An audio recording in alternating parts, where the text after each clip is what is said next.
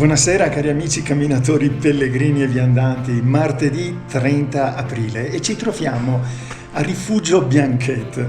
Stamattina col Fabio siamo partiti per fare una passeggiata filosofica, per chiacchierare, per ragionare sulla vita e sciogliere le gambe. Così sciogliere le gambe. Siamo arrivati così verso le 11:30 a Rifugio Bianchet, abbiamo detto e adesso cosa facciamo? E insomma alla fine siamo saliti su a Forcella Lavareta, Malga Lavareta, abbiamo fatto tutto il percorso ad anello fino alla Malga Vescovà, scesi per la Vai Pachera e siamo di nuovo qua al Rifugio Bianchet dove ci beviamo un caffè e poi torniamo a casa. Quindi eravamo partiti per una passeggiatina, poi alla fine sono 1700 metri di slivello per non so quanti chilometri. Comunque sopra sulla schiara c'è neve, ma parecchia neve. Sì. Mamma mia.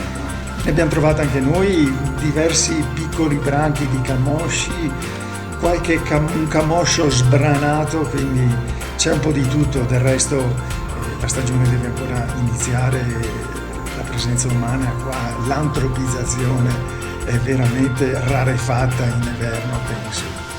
Comunque, gran bella escursione così, venuta in maniera quasi casuale.